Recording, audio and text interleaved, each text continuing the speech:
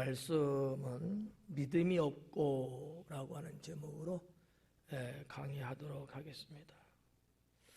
제목이 썩 마음에 안 들어요. 그죠? 믿음이 없다. 이런 일이 있으면 안 되는데 예수님은 그렇게 말씀을 하셨거든요. 믿음이 없대요. 심각한 거죠.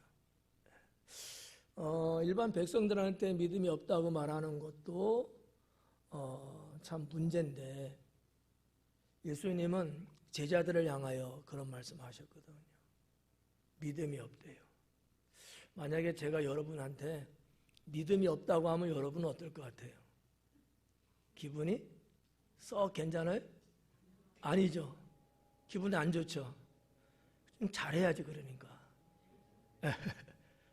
제자들이 그런 상황이 있는 거예요. 예수님 보실 때 뭔가 문제가 있었던 거야. 그러니까 믿음이 없다. 이렇게 말씀하셨어요. 어지간해 갖고는 예수님 이런 말씀을 안 하시는데 사역하시는 3년 동안에 이렇게 표현한 적이 이 5손가락 안에 뽑힐 정도로 극히 없거든요. 근데 이 말을 했을 때는 뭔가 큰 신앙의 영적인 구멍이 있기 때문에 그러지 않았겠는가라고 볼 수 있는 건데 오늘은 제목을 이렇게 믿음이 없고로 잡았습니다.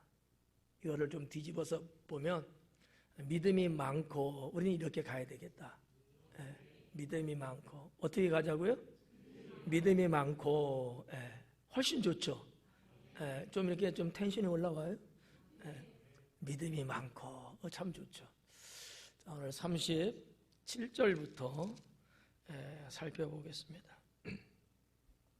이튿날 산에서 내려오시니 큰 무리가 맞을세 그래요. 이튿날 산에서 내려오시는 예수님의 상황을 누가는 기록을 합니다. 자, 이 37절은 우리가 그 이전에 있었던 36절까지 있었던 사건을 놓고 볼 때 지금 이어지는 사건이에요. 우리가 지난 수요일 날 어떤 내용을 봤어요? 변화산의 내용을 봤잖아요. 근데 이튿날 산에서 내려오셨다는 거예요. 도대체 주님은 산에서 뭘 하셨길래 끝나자마자 바로 내려오시지 왜 안 내려오셨을까? 꼭 다음 날까지 가셔야 됐을까? 이렇게 생각할 수도 있거든요. 그런데 정확하게 성경에 낱낱이 기록된 바는 없어서 딱히 뭐라고 드리기는 어렵지만 여러 가지 말씀의 정황을 이렇게 조합해서 보면은 예수님이 이 변화산에서 모세와 엘리야를 만나고 그 모습이 변화되고 이러한 때가 아마도 저녁쯤 되지 않았겠느냐 이렇게 추측할 수 있어요. 왜냐하면 그 시간을 초월해서 막 몇 날이 가고 몇 시간이 지난 다음에 그런 게 아니고 현실적으로 현재 상황에 대한 시간이거든요. 우리가 이렇게 30분 가고 1시간 가고 2시간 이런 식같이 그런 이제 시간대란 말이죠. 근데 만나고 이제 모세와 엘리야 선지자가 떠나갔다 그랬잖아요. 구름이 덮고 이러한 때가 이제는 저녁에서 어두움으로 가는 그 시간대였을 거라고 이제 볼 수 있다는 거죠. 그러니까 내려올 수가 없었던 거예요. 변화되고 난 다음에 후에 어떤 사역은 성경 어디에도 기록된 바가 없어요. 그리고 산에 올라갈 때를 제가 지난번에도 말씀드렸다시피 시간이 오후 늦게쯤 이렇게 제가 언급을 해드렸는데 이런 여러 가지를 놓고 보면 그럴 수밖에 없었겠구나 이렇게 볼 수 있다는 거죠. 그러니까 내려올 수가 없어요. 왜? 어두워요. 그 시대에 어두우니까 어떤 사람은 그러면 후레쉬를 비추고 내려오면 됐지 이렇게 말하는 사람도 있을 수 있어. 근데 그때 무슨 후레쉬가 있었겠어요. 전등이라는 게 없잖아요. 기껏 해봤자 무슨 불빛? 달빛밖에 없어. 별빛? 그것도 인정해 줄 수 있는데 별빛은 사실은 그래. 달도 별이라고 보면 별빛인데 통상적으로 우리가 말하는 달 그나마 달이 조금 빛을 비치긴 하지만 녹음이 있고 그 산에는 광야산은 아니거든요. 그래도 나무 숲도 있는, 그리고 산에 올라간 상태라서 어두워서 내려올 수가 없는 상태였어요. 더군다나 유대인들의 사회적으로 또 그들의 문화적으로 보면 어둠이 깔리면 이동을 안 합니다. 여러분들도 이제 아시겠지만 어두우면 그다음부터 뭐 야간 타임이 있는 건 아니잖아. 지금이야 불빛들이 있어가고 저녁 시간에 불을 비추고 뭐 행사도 하지만 유대는 아니에요. 일단 해가 지고 어두워지면 그 전에 다 집에 들어가요. 그리고 문을 딱 닫아버려요. 친한 사람도 심지어는 친인척까지도 이렇게 되면요 방문을 안 하는 게 유대인들의 관습이고 예절입니다. 그 유대인들의 사회에 가옥의 문이라고 하는 이 구조는 바깥에 손잡이가 없다는 거예요. 바깥에서 열 수가 없어요. 안에서 열어줘야지만이 문이 열려. 그러니까 여러 가지 구조적인 것들이 그래요. 자, 어두워져서 그들은 움직이지 않아. 있는 거기에서 유숙하는 거예요, 그냥. 주님도 아마 별반 차이 없었을 것이다. 혼자 뭐 움직이는 것도 아니고 또 제자들과 더불어 이렇게 올라갔기 때문에 또 같이 내려와야 되는 이런 상황인데 이게 이제 아닌 거죠. 그러니까 밤을 거기서 지새우시고 동이 트면서 내려오셨을 것이다. 우리처럼 뭐 한 9시에 가지 이러진 않아요. 예수님의 사역의 하루 일과표를 보면 보편적으로 해가 뜨면 시작해갖고 해가 질 때까지 사역을 하셨거든요. 제가 그런 말씀 드렸죠. 이스라엘 중동 지역의 일출과 일몰의 시간은 대략적으로 새벽 6시부터 저녁 6시 정도 이렇게 말씀을 드렸는데 틀림없어요. 지금도 똑같거든요. 그 시간 되면 해가 져요. 그러니까 못 내려오시고 예수님은 해가 뜨기 전에 부스럭부스럭 아마 일어나셨을 거예요. 그리고 제자들도 몸에 배어있는 하루 일과니까 이제는 산에서 내려오시는 그런 장면이 누가에 의해서 여기 기록된 거예요. 이튿날이라고 하는 거 굳이 뭐 이거 안 써도 될 텐데 하여튼 누가는 기록을 했어요. 왜 그랬을까? 제가 그냥 추론하는 거예요. 제 생각에는 예수님이 그 모세와 엘리야를 만납니다. 이거는 예수님이지만은 상당히 아주 광명스러운 사건이에요. 사람으로 보면 영광스러운 사건이거든요. 얼마나 영광스러웠으면 베드로는 초막 셋을 짓겠다고 하냐고요. 자기가 언제 뭐 초막 접었어요? 맨날 배 타고 고기나 잡아봤지? 그럼에도 불구하고 초막을 짓겠대요. 그러면 여러분 초막이라는 것이 단순하게 개지 짚듯이 조그만 거 짓는 거예요? 아니거든요. 어느 정도 사람이 들어가 살 수 있는 규모의 초막인데 3개나 짓겠다는 거야. 왜? 너무 좋아서. 너무 좋아서. 내려가는 걸 깜빡 잊을 정도로. 야, 여기가 좋다. 여기가 파라다이스다. 이런 생각을 충분히 가질 수 있어요. 아마 여러분에게 주님이 나타나셔갖고 그러면은 어떨 것 같아요, 여러분은? 초막만 짓겠어? 궁궐도 짓지. 그러니까 이 정도로 정말 있을 수 없는 사건이 있는 현장에 있었고 예수님도 그 사건 속에 있었던 분이잖아요. 그러면 거기서 그냥 유유자적하시면서 수양을 하듯이 좀 긴 시간 좀 쉬셨다가 뭐 이렇게 내려올 수도 있는 거 아니겠어요? 근데 그게 아닌 거예요. 그러니까 누가가 표현하고 싶은 것은 주님의 그 상황에 대한 사역의 움직임을 시간적으로 표현한 것이 아닐까, 저는 이렇게 이제 생각을 하는 거죠. 이런 기록이 없으면, 이튿날이라는 게 없으면 산에서 내려왔는데 하면은 밤에 내려왔는지 며칠 지난 다음에 내려왔는지, 우리가 지난번에도 보면은 여기 8일 후에 이렇게 있잖아요. 28절에. 그죠? 이렇게 소상하게 기록한 데는 나름대로의 저자의 이유가 있었을 것이다라고 보는 거죠. 이튿날 내려왔다는 얘기는 주님의 사역이 계속 진행 중인 거예요. 그러니까 예수님의 변화산에서 거기에서 안주하기보다는 이런 불가항력적인 시간에 의해서 묶였기 때문에 그러다가 바로 동트면서 내려오셨음을 강조하고 있는 사건이죠. 사실 예수님의 이 변화산은 예수님이 있을 만한 자리는 아니지 않느냐라는 거죠. 예수님이 사람들로 하여금 영광을 받으려고 오셨겠느냐라는 거예요. 예수님은 오실 이전부터 영광 받으려고 오시지 않았어요. 죄인을 구원하기 위해서 십자가에 달려 죽으려고 오신 거거든요. 모세나 엘리야지만 예수님하고 비교하면 누가 더 존귀한 자고 누가 더 상위에 있는 분이겠어요?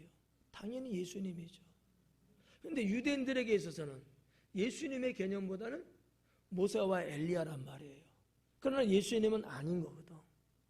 그러니까 예수님은 그 제자들이 볼 때는 대단한 자리지만 주님은 그렇다고 해서 거기에 안주하고 거기에서 시간 보낼 만한 그런 분, 그런 생각은 안 하셔요. 우리는 여기서 뭐를 배워야 될까? 내가 있을 때와 내가 떠날 때를 알아야 돼요. 내가 머물러 있을 때와 자리를 털고 일어날 때, 이거를 분별할 줄 아는 사람, 이런 사람이 세상으로 말할 때도 성공하고요, 신앙으로 볼 때도 승리할 수 있습니다. 좋다고 해서 마냥 좋사오니 여기 진치고 눌러앉는 사람은 별로 주님 앞에 크게 쓰임받지 못하는 사람이에요. 왜? 시간을 값지게 쓰지 않고 있거든요. 아무리 좋아도, 이 자리가 아무리 좋아도 내가 있을 때와 내가 떠날 때가 있다는 거, 예수님은 이건 아시는 거야. 백성들에게 복음 전하고 저들의 영혼을 인도해야 되고 하나님 나라를 전파해야 되는 게 주님의 사명인데 그거를 깜빡 잊으시고, 야 여기 너무 좋다, 와 내려다보니까 다 보이네, 이러면서 관광을 즐기셨겠냐는 거예요. 주님한테는 그게 하나도 없는 거야.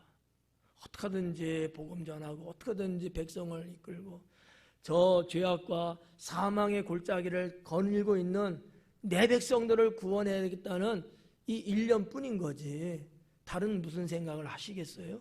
없다는 거죠. 이런 여러 가지를 누가는 아마 이튿날이라고 하는 이 시간대의 단어를 쓰시면서 뭔가 전하고 싶은 메시지가 있지 않았겠는가, 이렇게 한 번쯤 생각해 볼 수 있다라는 거죠. 그래서 이 산에서 내려오시는 예수님, 저는 그런 측면에서 목적 있는 삶을 주님은 사시지 않았겠느냐, 이렇게 보는 거죠. 목적 있는 삶.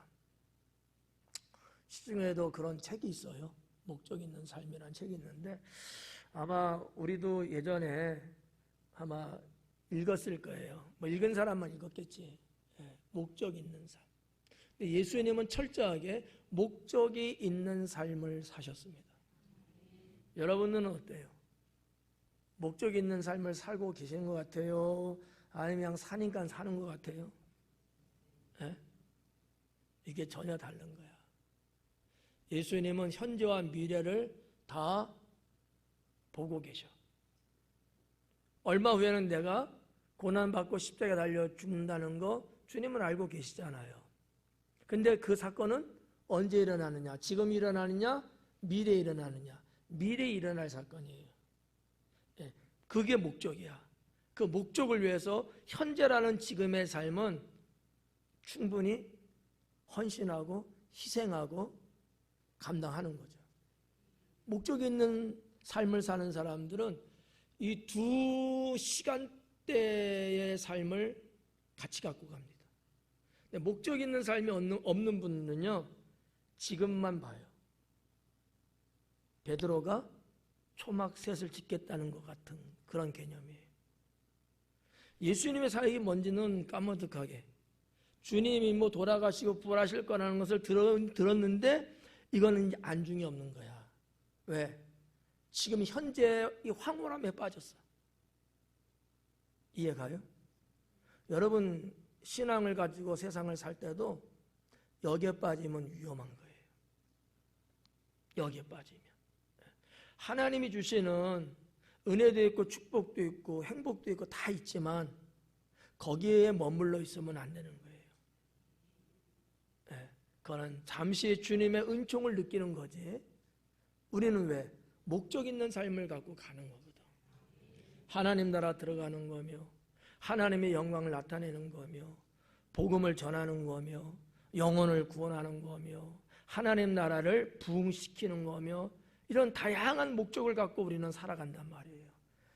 그것이 있는 사람은 지금 아무리 즐겁고 아무리 행복하고 아무리 여기가 좋사오니 할지라도 그 자리에서 털고 일어날 줄 아는 사람이다라는 거죠.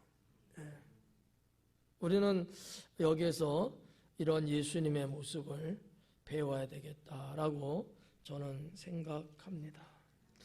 38절 말씀에 보니까 무리 중에 한 사람이 소리질러 이르되 선생님 청컨대 내 아들을 돌보아 주옵소서.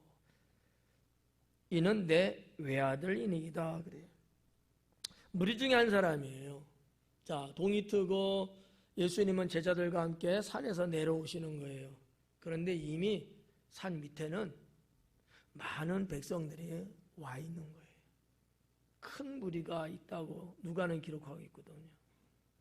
이분들이 예수님 올라갈 때 있었던 분들이기 때문에 그들도 거기에서 유숙을 했는지 아니면 집에 가다가 다시 왔는지 뭐가 뭔지 모르겠지만 아무튼 큰 무리들이 이미 와 있는 거예요.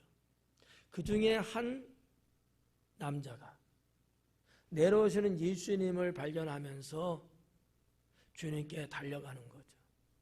그러면서 뭐라 그래요? 선생님 하는 거야. 이 아버지는 왜 그럴 수밖에 없었을까?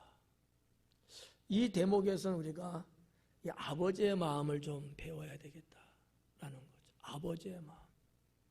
뭐 성경에 기록되어 있으니까 여러분 다 알다시피 아들 하나 있어요. 근데 이 아들이 귀신 들린 거야.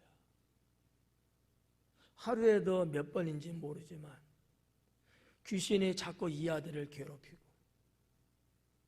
아니 괴성을 지르고 경련을 일으키고 발작을 하고 입에 거품을 내면서 심지어는 자기를 자해하는 소동까지 벌이고 있는 거예요. 아들이 그러고 싶어서 그런 게 아니고 귀신에 의해서 그러는 거예요. 이 모습을 이 아버지가 보는데 얼마나 기가 막히겠어요. 사랑하는 아들일 거 아니에요. 그렇잖아요. 여러분의 아들이든 딸이 여러분 자녀 중에 누가 귀신 들려서 만약 이러면 여러분은 어떨 것 같아요? 뭐 어쩔 수 없지, 내 힘으로 안 되는 거. 그리고 포기하고 살까요? 아닐 거야. 내 자식이 이 병에서 고침만 받을 수 있다면 내가 무슨 짓을 못하겠냐. 내 모든 것을 다, 내 생명이라도 내가, 이런 마음 이제 부모님 마음이잖아요. 속에 타들어가는, 아마 어떻게 보면 예수님 왜 안 내려오시는 거야? 내려오시길만을 기다리고 있었던 아버지. 근데 그 마음도 알아주지 않고 주님은 안 내려오는 거야. 여러분 발이 동동 구르지 않았겠는가? 저기서 내려오는 모습을 보면 저도 그 산을 가봤거든요. 성지순례 할 때. 저 밑에서 위에요. 그 긴가민가 하겠지만 뭐 누가 올라갔겠어요. 당연히 예수님과 제자들 생각했겠지. 그냥 기다리고만 있을 수가 없는 거야. 주님 앞에 그냥 100m 한 5초에 달렸는지 그냥 막 달리는데 선생님 하고 막 달려가는 거지. 얼마나 그 마음이 타들어갔으면 그렇겠느냐라는 거죠. 이유가 근데 뭐예요? 이유. 여기 써 있죠? 내 아들을 돌보아 주옵소서. 우리 성경에는 조금 일반적인 단어를 썼고 조금 편안한 단어를 썼어요. 돌봐달라는 거. 근데 원어적으로 보면 그 의미보다는 불쌍히 여겨주세요, 이 단어거든요. 나한테 외아들이 있는데 이 자식을 좀 불쌍히 여겨달라는 거야. 유대인들의 언어적 표현도 뭐 이런 부분들이 있지만 아무 때나 불쌍히 여겨달라는 말을 안 하거든요. 생사를 오고 간다든지 정말 절대적이 아니면 안 된다든지 나의 처량함, 나의 후피한 인생을 고해 바칠 때 이럴 때 불쌍히 여달라는 말이거든. 다윗도 쫓겨다니고 피난 생활하고 이 촉각을 다투는 그러한 일생 일대의 순간순간마다 다윗도 하나님께 그렇게 고백을 했거든요. 나를 불쌍히 여겨 주옵소서. 어느 누구도 의지할 사람 없어요. 어느 누구 하나 믿을 사람 없어요. 그렇다고 해서 그들이 나를 어떻게 건져줄 수 있느냐? 불가능해요. 오직 내가 믿는 하나님밖에 없음을 그는 알기 때문에 자기의 이 처량함을 하나님 앞에 최대의 최상급으로 표현하고 있는 거예요. 공부하는 학생들은 알까? 최상급이 뭔지. 최고의 표현을 하는 거예요. 불쌍히 여겨달라고. 근데 이제 우리 성경은 돌봐주세요 이렇게 너무 미약하죠, 표현이. 그러면 그래 뭐 잠깐만 기다려 돌봐달라니까 의사 선생님 좀 봐주세요 이렇게 찾아간 환자하고 애걸복걸하고 의사 선생님 바지 잡아당기면서 나는 죽는다고 댕글댕글 굴르는 환자하고 의사 선생님 볼 때 누가 더 애처롭고 누구한테 더 마음을 쏟을까요? 후자지 당연히. 근데 쇼예요? 아니잖아. 얼마나 다급하고 얼마나 기로에 섰으면 그럴 수밖에 없었겠느냐라는 거죠. 이런 그 아버지의 마음을 우리가 한번 보면은 좀 이해가 가지 않겠느냐라고 하는 거죠. 외아들인데 이 아들이 지금 이 모양입니다라는 거예요. 여러분 살면서 자식 때문에 이렇게 나를 불쌍히 여겨주시고 나는 타들어 죽을 만큼 나는 그런 상태라고 그렇게 해보신 적 있으셔요? 평생에? 어머, 없네. 있어요? 없을 것 같은데. 있긴 있어도 정도가 다를 거야. 정도가. 이거는 목숨을 내걷는 정도거든. 근데 살다 보면 우리들도 그런 경우 있을 수 있어요. 저도 어렸을 때 갓난아기 때 들은 바에 의하면 저희 집 가옥 구조가 이렇게 있어요. 마당도 있고 부엌 있고 대청마루 있고 방이 양쪽으로 이렇게 있고 있는데 그 방에서 이렇게 부엌 있는 쪽에 쪽문이 이렇게 보통 옛날 집에 있잖아요.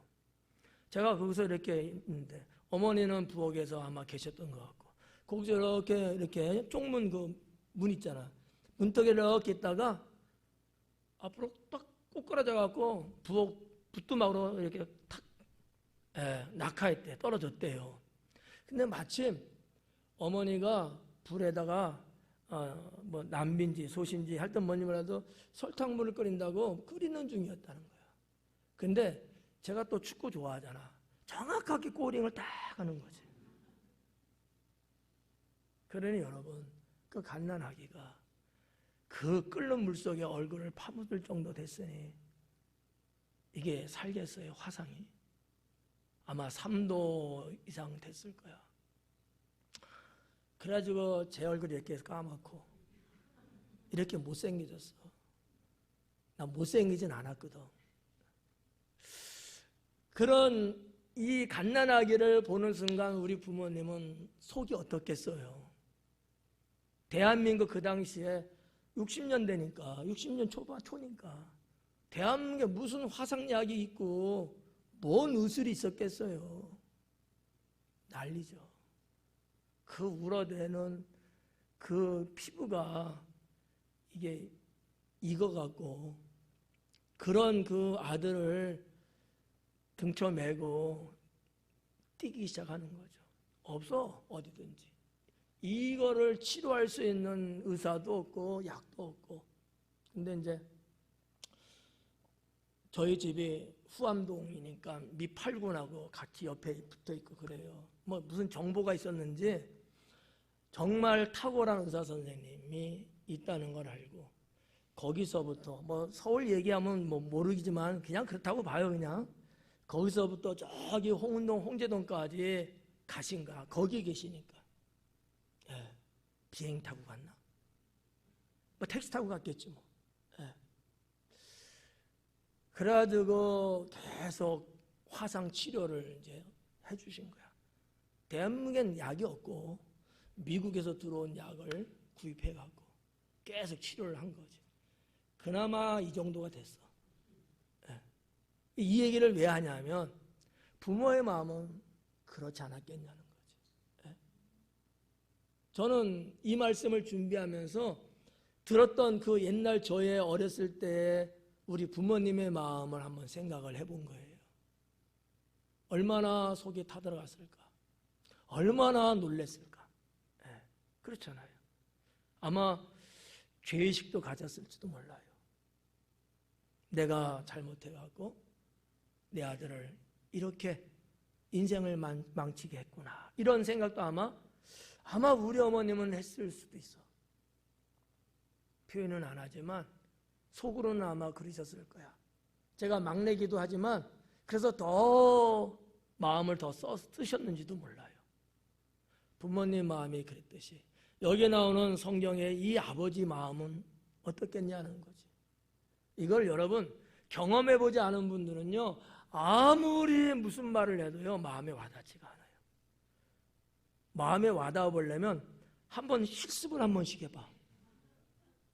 예? 여러분 자식들이 그런 꼴을 당하는 걸 경험을 한번 해보시면 피가 바짝바짝 마른다. 귀신 들린 얘기예요.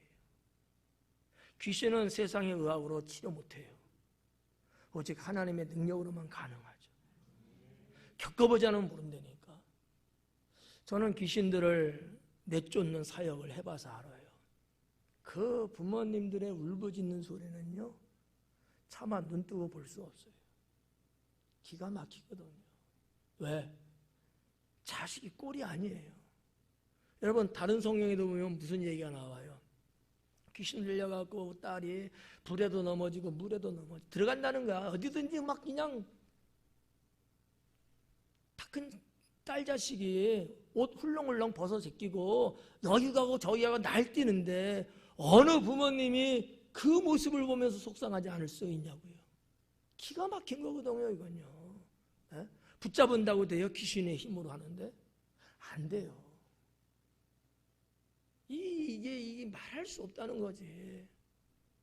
여기는 이 아버지의 심정은 그 이상이었을 거다라고 저는 생각합니다. 그러면서 나를 불쌍히 여달라는 게 우리 좀 불쌍하게 봐달라고. 예수님 바쁘신 거 알고 예수님 뭐 여러 가지 사정 있지만 이 아버지에게는 그게 눈에 보여요 안 보여요? 안 보이는 거야. 뭐만 보여? 내 자식 고쳐주는 것만 기대할 수밖에 없는 거예요. 근데 여러분 그냥 이쁘장하게 훌륭하게 선생님 이렇게 불렀겠어요? 아니요. 미친 듯이 아마 울부짖으면서 불렀을 거예요. 예. 자, 아무튼 이렇게 불쌍히 여겨달라고 하는 거야. 불쌍히 여겨달라고. 그 내용을 보니까 39절에 귀신이 그를 잡아 갑자기 부르짖게 하고 경련을 일으켜 거품을 흘리게 하고 몹시 상하게 하고 몇 가지예요? 오전 예배는 내가 물어봤는데 대답하는데 여기는 안 물어보고 하거든 내가. 근데도 지금 몇 가지인데도 몰라. 대답도 안 해. 무슨 사람들이 이 모양이야. 몇 가지예요? 3가지. 말씀을 너무 진지하게 듣다 보니까 숫자를 셀 수가 없었어. 3가지 내용이 나와. 귀신이 들어왔는데 3가지야. 첫 번째 뭐예요 이제? 첫 번째 갑자기 소리를 지르는가 부르는가 막. 이게 무슨 얘기냐면 귀신이 들어오는데 사람의 육체가 감당이 안 돼. 너무 고통스럽고 힘든 거야. 그러면 뭐 우리 남자들은 그런 뭐 여자분들도 아마 어느 사람 이쪽은 다 봤을까? 돼지 잡았을 때 요즘은 뭐 짐승 잡을 때 한 방에 깨끗하게 소리 없이 한다지만 옛날에는 어땠어요? 한 마리 잡으면 김남수 한번 소리 내봐 한번. 꽉 거리잖아. 안 그래? 저는 몰랐는데 군 생활할 때 부대에서 돼지를 잡는데 미숙하게 잡아서 그러는 건지 난리요. 한 방 맞고 안 죽으니까 이 돼지가 막 연병장 여기에 돌아다니면서 그것도 잡으려고 전 사병이 다 풀려갖고 막. 근데 얼마나 그 소리가 쩌렁쩌렁한지 부대가 산인데 그 아랫동역까지 다 들리는 거야. 한 마리 울부짖는 소리가. 이 귀신이 들어가갖고 이 아들이 소리를 지르는데 그렇게 괴성을 지르고 있는 거예요. 그 얘기예요 지금. 갑자기 부르짖게 하고. 뭐를 부르짖죠? 예수님 부르짖는 거예요? 아니요. 괴성을 질렀다는 얘기야. 잘 모르겠으면 귀신 한번 들려봐요. 난데없이 가만히 있다가도 발작을 하면 괴성을 막 질르는 거예요. 괴성을. 뭐 이거는 아나무인이에요. 뭐 분위기, 뭐 환경, 뭐 누구, 뭐 눈치 없어. 귀신 들렸는데 뭘 알아? 그냥 갑자기 소리를 꽥꽥 지르고 말이지 이런다는 거지. 두 번째는 경련을 일으키고 입에 거품을. 귀신 들린 자들 그 중에서도 이렇게 간질 증상이 나타나는 경우들은 거의 다 입에 거품을 봅니다. 귀신을 내쫓아보면 귀신 나갈 때 경련을 일으키고 나가거든요. 그럴 때 사람 입에서 거품이 나와요. 애들 뭐 이게 후 부는 거 아니야? 대체적으로 그래요. 제가 경험한 바는 그래. 팍 떨어요. 팍 떨어.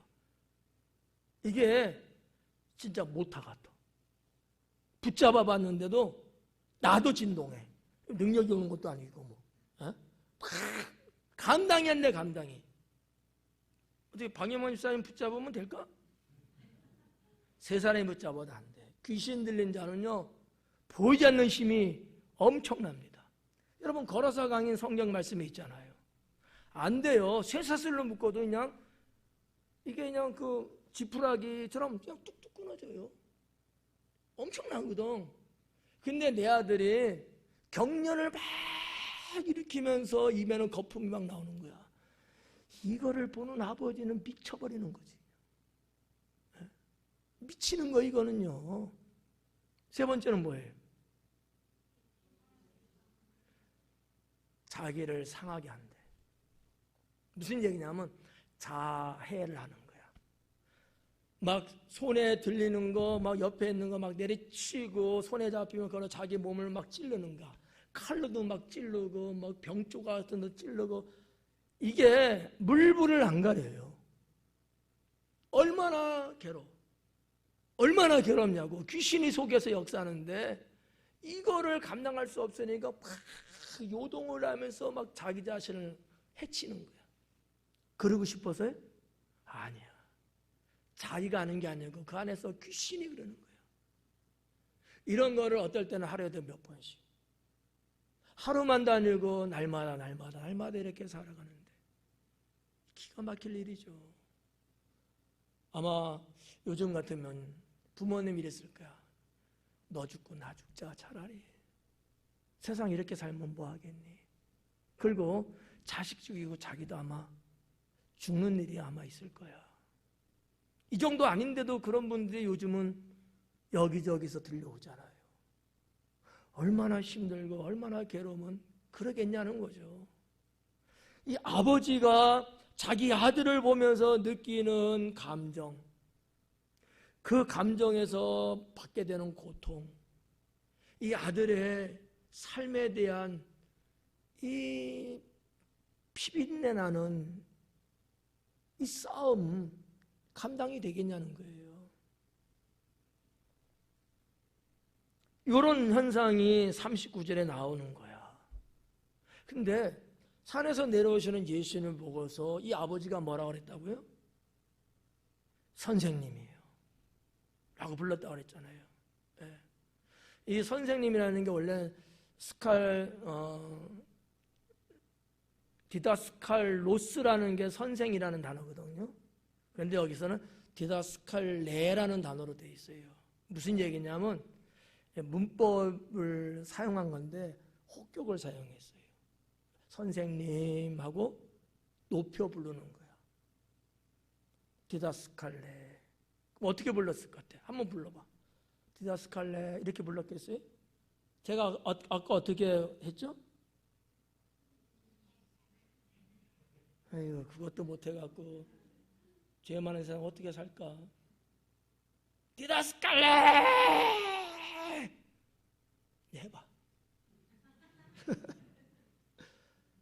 이거 이상으로 아버지는 예수님을 향하여 존귀한 선생님을 불렀던 거야. 이 디다스칼로스라고 하는 단어는 가르치는 선생을 말할 때 쓰는 용어예요. 진리를 가르칠 때. 그러니까 제가 볼 때는 이 아버지가 알고 있는 예수님에 대한 것은 정보는 진리를 평생 그런 거 들어본 적이 없는데 하나님 나라를 전파하고 진리를 말하고 옳은 것을 가르치는 예수님에 대한 지식 정보가 있었던 것 같아요. 납비라는 말도 있잖아요. 안 썼어.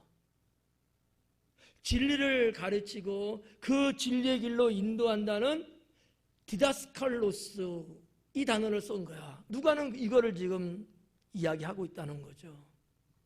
예수님을 그렇게 본 거야. 예수님을. 저는 누가의 이러한 기록, 표현, 그분이 말하고자 하는 영적 의미 이런 것들을 오늘 우리는 느낄 수 있어야 합니다. 나는 예수님을 어떻게 나는 부르며 살고 있는가? 이거는 다 다를 수 있어요. 그렇잖아요? 네. 어떤 사람은 저보고 아저씨 그래요. 제가 누군지 모르면 당연히 아저씨라고 했죠. 또 어떤 분은요. 운전하다가 길에서 도로에서 만나면 선생님 그럴 거 아닙니까? 당연하죠. 근데 우리 교회에 에이스 오고 뭐 택배 오고 이런 사람은 제가 누군지 알아요. 목사인 줄 알아요. 그래서 저한테 목사님 그래요. 맞죠? 그러니까 이 아버지는 예수님을 어떻게 본 거야? 선생님을 본 거야. 근데 선생님을 향한 간절함이 하늘을 울리고 있는 거예요, 지금. 예. 이게 더 깊이 말할 수는 없지만, 이 아버지가 가지고 있는 정보는 진리를 가르치는 선생님인데, 실제적으로 자기가 당한 문제는 진리의 문제일까? 귀신을 내쫓는 능력의 문제일까? 능력의 문제잖아. 그러면 큐리에 했어야 돼요. 근데 아버지는 예수님을 메시아나 주님으로 볼 만한 신앙은 없었던 거지. 그럼에도 불구하고 예수님은 이 아버지의 간절한 청을 물리치지 않고 아들을 치료해 주신다는 거지. 왜 그랬을까요? 이유가 뭘까? 사모함이 그 속에 넘쳐났던 거야. 우리 주님은 심령 중심을 본대잖아요. 사모함. 여러분 같았으면 예수님 내려올 때까지 날이 새도 거기서 자리 지키고 있다가 그럴 것 같아요? 아니면 다음날 오지 뭐 오늘만 날이야? 그랬을까? 어떨 것 같아요? 후자죠? 후자야 전자야? 솔직히 후자지. 아니야 후자야. 저는 이 아버지 마음속에 자기 상황이 그러니까 그러겠지만 얼마나 예수님을 애타게 기다리는 사모함이 있었겠느냐라는 거야. 주님은 그걸 아시는 거예요. 네, 아시는 거야. 자, 이런 부분들을 우리가 본문 속에서 좀 마음으로 느끼면 좋을 것 같아요. 40절 말씀 보니까 당신의 제자들에게 내쫓아 주기를 구하였으나 그들이 능히 못하더이다. 그래. 예수님께 하는 얘기야. 아버지가 당신의 제자들에게 내쫓아 주기를 구했대. 내쫓아 주기를 구했대. 내 아들한테 들어간 귀신을 내쫓아 달라고 구했대요. 구했는데 그들은 능히 못합니다. 못하더라고요. 이렇게 일러 바치는 거야. 그러니까 어떻게 선생님이 해야죠. 이거 아니에요. 근데 여기 지금 번역에도 보니까 내쫓아 주기를 구하였으나 이래요. 구하였으나. 이것도 표현이 약해. 좀 더 원어적으로 접근해서 보면 애원했으나. 애원했다는 거야. 애원. 예. 그렇지 않겠어요? 그래야지 뭔가 맞는 거 아니에요? 예. 애원을 해야지. 애원. 그리고 여기 또 보면 말이지. 예. 능히 못하더이다 그래. 능히 못했대. 내 아들 속에 들어간 귀신을 내쫓아달라고 애원을 해봤지만 선생님의 제자들은 능히 못하더라. 절대 못하더라는 거야. 예. 이 못하다는 거야. 못했대. 이 원어에는 능력이라는 단어로 나오는 능력이 전혀 없더라 이거예요. 귀신을 내쫓을 만한 능력이 없더라고요. 이거야. 그러면 누가가 표현하는 것을 보면 귀신은 무엇으로 내쫓을 수 있다? 능력으로 내쫓는 거라는 거예요. 근데 그 능력이 없대요. 그러니까 못 쫓지. 능력이 있으면 내쫓을 수 있어요, 없어요? 있죠. 그러면 제자들에게 능력이 없을까, 정말 있을까? 있었어. 우리가 지난 시간에 봤잖아요. 예수님에 의해서 파송 받았을 때 나가서 귀신도 내쫓고 병도 고치고 그랬대잖아. 그때하고 지금하고 몇 달이 됐대요? 아니야, 며칠 상관이에요. 그때 그렇게 했는데 그것도 예수님 없을 때도. 근데 왜 지금 못하냐고. 에? 이유가 뭘까? 분명히 예수님이 파송시킬 때는 권세를 주고 권능을 줘서 사역을 하게끔 했거든요. 정말 근데 그렇게 하고 왔다고요. 그게 다 소진돼 버린 거 없는 거야. 왜? 이거를 지키지 못한 거야. 하나님이 주신 능력과 권세, 그 믿음의 능력이 없어져 버렸어. 그럼 뭐야? 태만하게 있었던 거지. 여러분, 하나님의 은사나 능력은요, 가만 놔두면 사라집니다. 이거를 다시 활성화시켜야 돼요. 재충전을 시켜야 돼요. 여러분, 은혜 한번 받았다고 이 은혜가 얼마나 가겠어요? 에? 여러분 그러잖아. 예배 드리고 모여서 하고 은혜 받았대잖아. 얼마나 가요? 어떤 사람은 저기 나가다가 싸운다니까? 아니, 은혜 받은 사람이 그렇게 싸워요? 자, 에? 이 하나님이 주시는 은혜와 능력 등등의 이런 것들은 가만히 놔두면 이건 안 돼. 이건 자꾸 써야 돼. 다시 충만하게끔 자꾸 불리듯이 일으켜야 돼요. 그걸 안 하고 있었던 거야, 제자들은. 나가서 자기네니까 축제 살고 했겠지. 근데 주님 앞에 돌아와서는 두 손 놓고 딱 뒷짐지고 있었던 것 같아. 뭐 예수님 계시니까 이제는 우리 할 일은 없지. 따라만 다니면 되지. 뭐 이런지도 모르죠. 우리도 마찬가지예요. 목사님이 다 하니까 우리는 안 해도 되지. 쓸데없는 생각하고 있는 거지. 여러분들의 하나님의 은혜도 있고 능력도 받고 은사도 있고 하면은 저랑 있을 때나 없을 때나 언제든지 이것이 나타나야 돼, 안 나타나야 돼요? 나타나야죠. 나타나야죠. 한 달 전에 받은 은혜, 일주일 전에 받은 은혜, 어제 받은 능력, 이거 가만 놔두면 안 되고 어떻게 해야 돼? 주의 믿음으로 써야지. 안 써. 절약 정신이 얼마나 좋은지 안 써. 근데 세상 거는 놔두면 남아 있어요. 하나님의 세계는 안 그래요. 소멸돼 버려. 하나님이 왜 줬겠어요? 그렇지. 쓰라고 준 거잖아요. 제자들한테는 주님이 왜 주셨어요? 쓰라고 줬잖아. 쓸 때는 나타났어, 안 나타났어요? 나타났어요. 지금도 쓰면 돼요, 안 돼요? 되는데 안 쓰고 있는 거야. 이게 기가 막힌 거예요. 예수님 보실 때는. 이게 말이 돼? 요즘 애들 말로 말하면 말이 돼? 예수님 볼 때 이게 말이 안 되는 게 납득이 안 간다는 얘기예요. 그래서 성경에 기록을 한 겁니다. 41절에 뭐라 그랬어요? 예수님께서 대답하여 이르시되 믿음이 없고 패역한 세대요. 에? 여기 믿음이 없고 그래. 이 믿음이 없다는 게 아피스티스라는 단어야. 부정을 였어요. 피스티스는 믿음인데 앞에 부정 아가 붙어갖고 믿음 없다는 얘기야. 없대. 아니 있어갖고 그 놀라운 일들을 행했던 제자들인데 예수님이 지금 보시면서 믿음이 없다고 지금 하시는 거예요. 믿음이 없대. 어떡하나? 믿음 없이 어떻게 주님 나라 안에 거할 수 있겠냐고. 믿음이 없는데 어떻게 주님과 더불어 갈 수 있겠냐는 거예요. 우리가 가지고 있는 건 믿음이고 우리가 가는 하나님 나라는 무엇으로 가는 나라예요? 믿음으로 가는 나라잖아요. 여러분 세상 살면서 무엇 갖고 사는 거예요? 믿음 갖고 사는 거잖아요. 근데 이 믿음이 없대요. 피스티스. 믿음이 전혀 없다는 거야.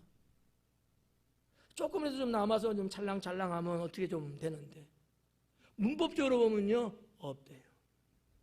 그만큼 예수님의 제자들을 본 시각은 부정적이었어요. 기가 막힌 거예요. 여러분들도 만약에 믿음 없는 그렇게 살고 그렇게 행동하고 그렇게 말하면 목사인 제가 볼 때 피스티스예요. 믿음 없는 자라는 거야. 믿음 없이는 갈 수 없는 나라. 믿음 없이는 아무것도 주의 은혜를 입을 수 없다는 것. 믿음만이 있어야 된다.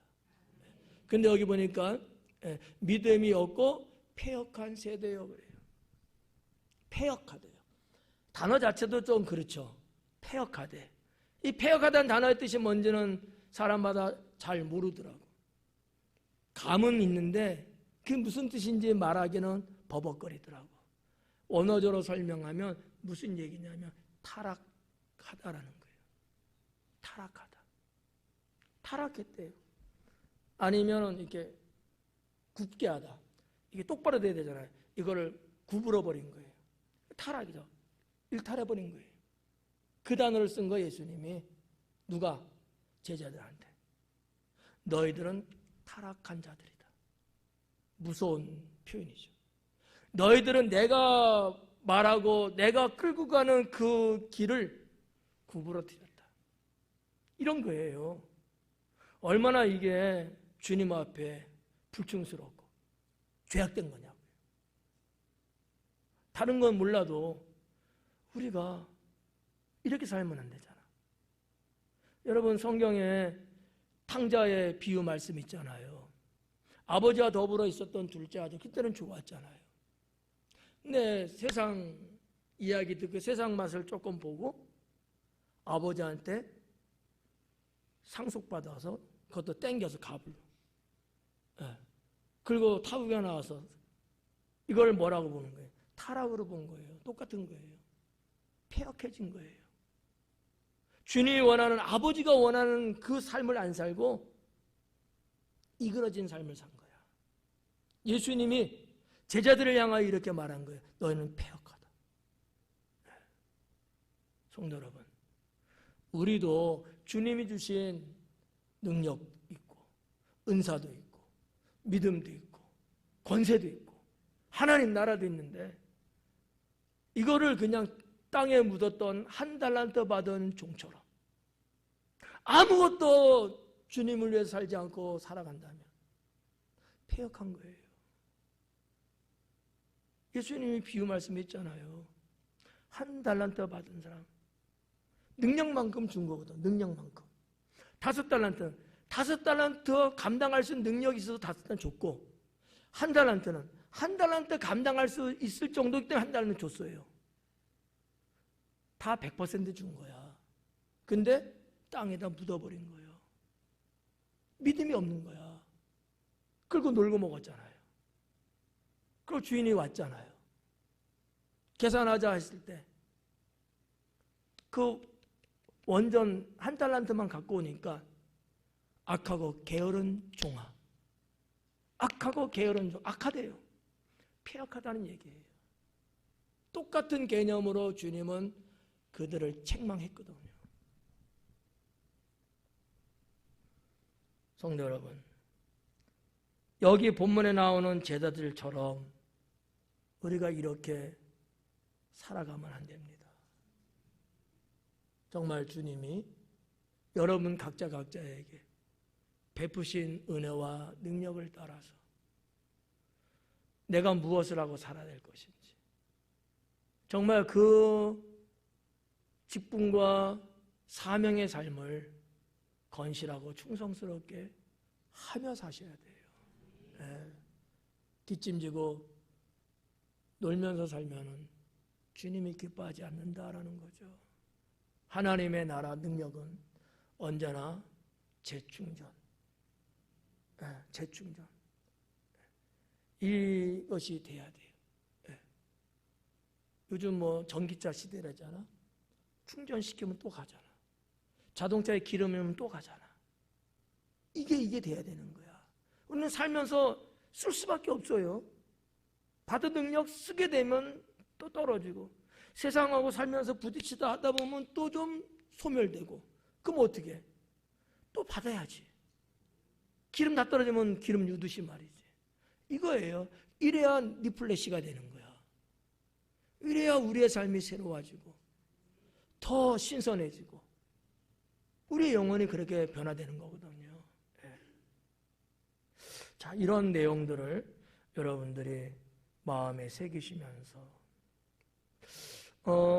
여기 보니까 예수님이 그렇게 말씀하셔요. 너희에게 참으리요. 뭐라고? 내가 얼마나 너희와 함께 있으며 너희에게 참으리요. 내가 얼마나 너희와 함께 있겠느냐. 내가 언제까지 너희와 함께 있어야 되겠느냐. 나하고 상관없이 사람들이 너희에게 와서 이런 영적인 문제를 말했을 때 너희가 주의 권세 이름으로 해결해야 되지 않았겠느냐. 언제까지 내가 다 해야 되겠느냐. 이거예요. 그렇잖아요. 마찬가지다. 우리도 언제까지 목사가 일일이 다 하나씩 10가지 다 해줘야 되겠느냐. 양육되고 훈련받고 은혜받고 능력받았으면 이제 각자 주어진 자리에서 일을 하며 살아야지. 그렇지 않아요? 그러려고 하는 사람이 있어야 돼. 그러려고 하지 않기 때문에 문제거든. 지금도 건전지 하나 제가 갈아야 돼. 이게 그래야 돼요?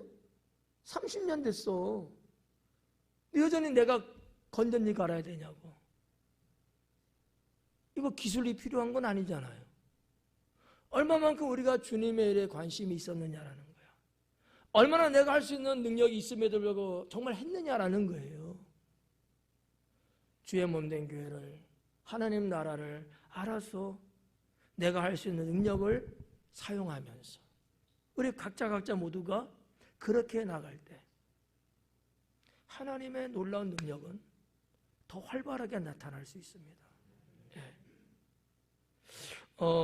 그래서 저는 이 41절에서 예수님은 이랬던 것 같아요. 주님께서 주신 권세나 능력은 일회성이 아니다라는 것을 좀 강조하고 있는 것 아닐까. 일회성 아니다. 내가 줬는데 그 한 번 딱 쓰고 끝. 이게 아니다라는 거야. 그것이 어떻게 보면 자본금이야. 그것이 어떻게 보면 종잣돈인 거지.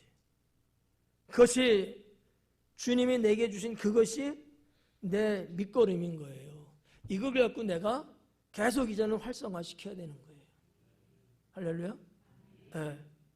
일회성 아니다. 너희 한 번 했다고 끝났다고 보느냐? 아니다라는 거지. 내가 언제까지 너희와 함께 있어야 되겠느냐? 이 정도 너희가 해야 되지 않겠느냐 이거잖아. 내가 얼마나 더 참아야 되느냐 이거예요. 얼마나 더 참아야 되겠느냐. 더 눈뜨고 볼 수 없다는 거 아니겠어요? 부정에 부정을 거듭하고 있는 주님의 모습을 보면서 상당히 송구하고, 나도 이렇게 살면 주님이 나를 보시면서 얼마나 괴로워하실까, 이런 생각을 한번 해봐요. 42절에 보니까 올 때에 귀신이 그를 거꾸로 들이고 심한 경련을 일으키게 하는지라. 아니, 그랬던 애인데 그 애를 예수님께로 데리고 오는데도 똑같은 증상이 나타나고 있는 거야. 왜 그랬을까? 귀신이 알아요. 예수님께 가고 있다는 거를. 가만히 있을 수가 없잖아. 귀신 입장에서 발악을 해야지. 뭔가 공포를 조성하고 무섭게 하고 막 이렇게 해갖고 거부하게끔 만들어야 되는 거야. 왜냐면 귀신도 쫓겨나가는 게 싫거든. 왜? 이 아이가 나에게는 안전한 집이야. 예. 한 4억 주고 샀대. 내가 왜 나가냐고. 내 집 졌는데 이제. 내 집 졌는데 왜 내가 쫓겨나가야 되냐고. 귀신 입장에서 너무 억울하죠. 미쳐버릴 것 같은 거야, 귀신 입장에서는. 그러니까 또 발악을 하게끔 만드는 거죠. 때로는 어떤 사람들도 보면 말이죠, 교회 오는 것을 두려워하는 사람들이 있어요. 교회 오는 걸. 주님께 나오는 것을 무서워하는 사람이 있어요. 그래갖고 막 무섭대요. 무섭대, 못 오겠대. 영적인 문제예요. 귀신에게 잡히고 귀신의 방해를 받으면 주님께 나오는 거 당연히 무섭죠. 그 사람이 무서운 거겠어요? 그의 영이 무서운 거죠. 그 은혜 받는 사람은 주님께 나오는 걸 즐거워하죠. 교회 가자, 죽어도 싫어. 악령의 영향을 받고 있는 거예요. 근데 놀러 가자, 근데 나 교회 갈 거거든. 이 사람은 성령의 영향을 받고 있는 거야. 너무 과했나? 그러니까 무슨 얘기인지는 이해가죠? 이 악령의 터치를 받고 귀신에게 사로잡히면 주님께 나가는 것을 두려워한다. 바들바들 떨어요. 그런 경우들 보거든요.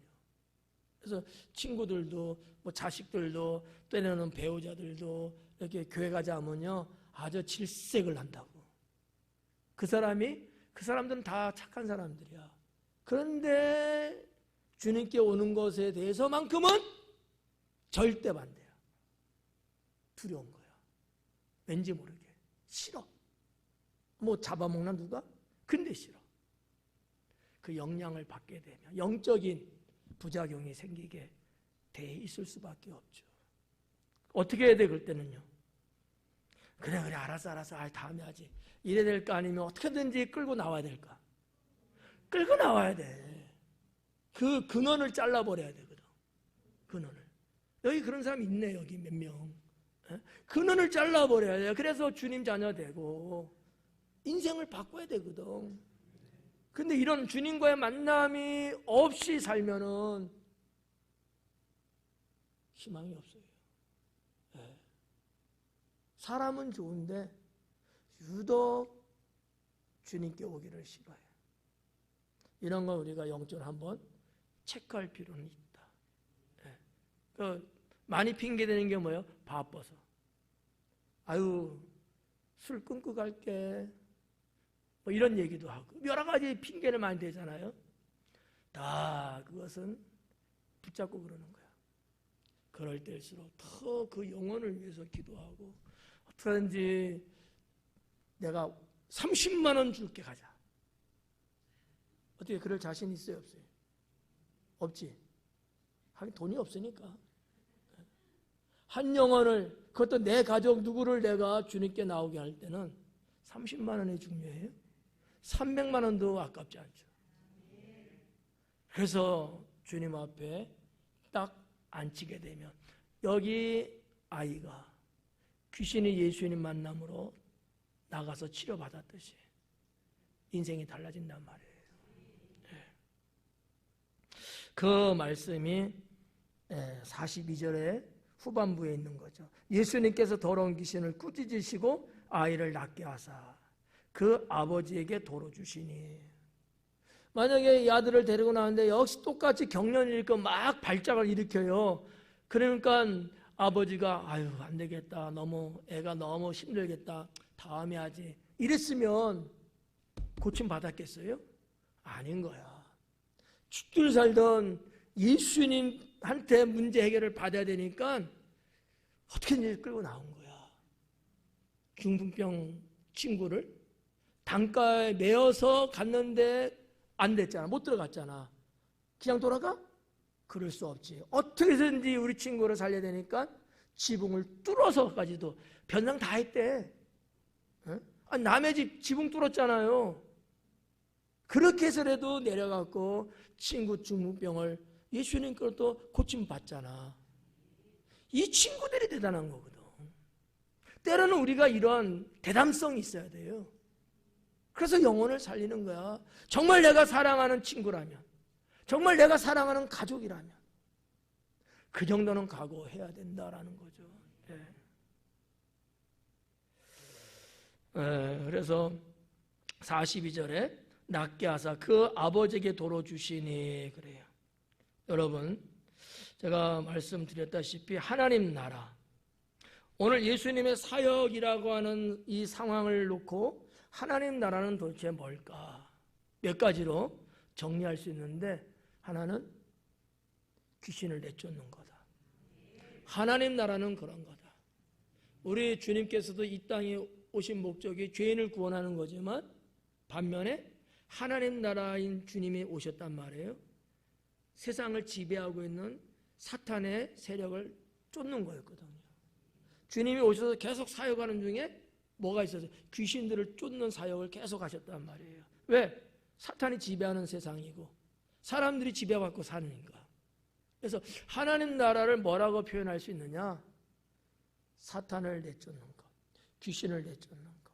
우리의 삶 속에 내 안에 들어와 있지는 않지만 내 주변에서 서성거리면서 언제나 틈을 보고 노리고 있는 이 악령, 귀신의 역사를 내쫓아서 여러분의 삶의 방향을 확장시켜 나가는 것이 곧 하나님 나라다. 이렇게 보셔야 된다는 거예요. 또 하나는 각색 질병을 치료하신 것이 하나님 나라였다는 거죠. 하나님은요, 그의 자녀들이 강건하게 살기를 원하셔요. 튼튼하기를 원한다는 거죠. 병약한 거를 원하지 않아요. 비실비실하고 이걸 원하지 않는다. 강인한 걸 원하셔요. 그래서 성경은 남자답게 강건하라. 남자답게 강건하라. 강하라, 담대하라. 그러잖아요. 허약해라, 비실비실해라. 이런 말씀 성경에 있어요? 단 한 군데도 없어요. 하나님 나라는 그런 나라가 아니에요. 왕성하고 건강하고 튼튼하고 강인하고 그게 하나님 나라야. 그러니까 어떤 측면에서 오해 없이 들어요. 내가 육신적으로도 건강을 챙기고 마음으로도 내가 건강하고 영적으로도 건강하고 생활도 건강하게 생활하고 이게 다 뭐예요? 하나님 나라의 모습인 거예요. 이게 우리의 삶 속에서 필요하다는 거지. 사람을 상대하고 사귈 때도 건실하게 사귀고 행동하고 말하는 것도 누구한테 상처 주고 누구를 가슴 아프게 하고 이게 아니고 덕이 되고 은혜가 되고 매사의 모든 것들이 이거 건강한 사람만이 가능한 거거든요. 자기 목소리 그냥 깨끗 올리고 말이지, 막 그냥 아무렇거나 행동하고 이거는 하나님 나라가 아닌 거예요. 예수님 그런 거 보셨어요? 그런 자일지라도 예수님이 치료하셔갖고 심령이 온유한 자가 되고 이게 하나님 나라거든요. 세 번째는 뭐냐? 자유라는 거죠.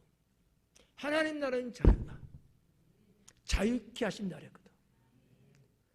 하나님께서 자유케 했는데 이 자유를 지키라는 거예요. 자유. 귀신으로부터도 자유, 질병으로부터 자유, 불행으로부터 자유, 죄악으로부터 자유. 자유예요. 여러분, 죄에 끌려 살면 좋겠어요? 아니잖아. 죄로부터 내가 자유스러워야 돼. 세상이 나를 유혹해, 잡아당겨. 내가 자유롭지 못한 사람은 끌려가요. 근데 나는 이제는 너희하고는 상관없어. 난 자유스러워. 나 너희의 종이 아니야.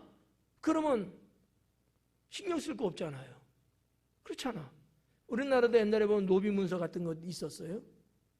이 사람은 죽을 때까지 노비야. 그 집에 그 자식도 노비야.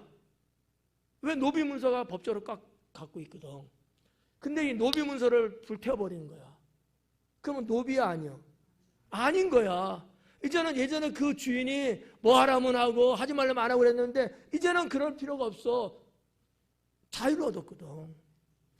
사탄이, 세상이 자꾸 우리에게 요구하고 유혹한단 말이죠.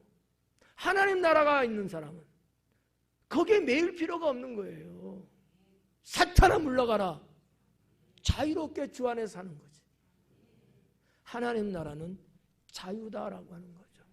그리고 네 번째는 온전함이에요. 하나님 나라를 갖고 사는 사람은요, 온전해요. 온전해. 부족하고 연약한 부분은 있지만 그래도 그 와중에서 온전하게 살아가. 별 문제 없이 살아가. 모두가 다 두루두루 좋게 살아가. 이게 하나님 나라예요.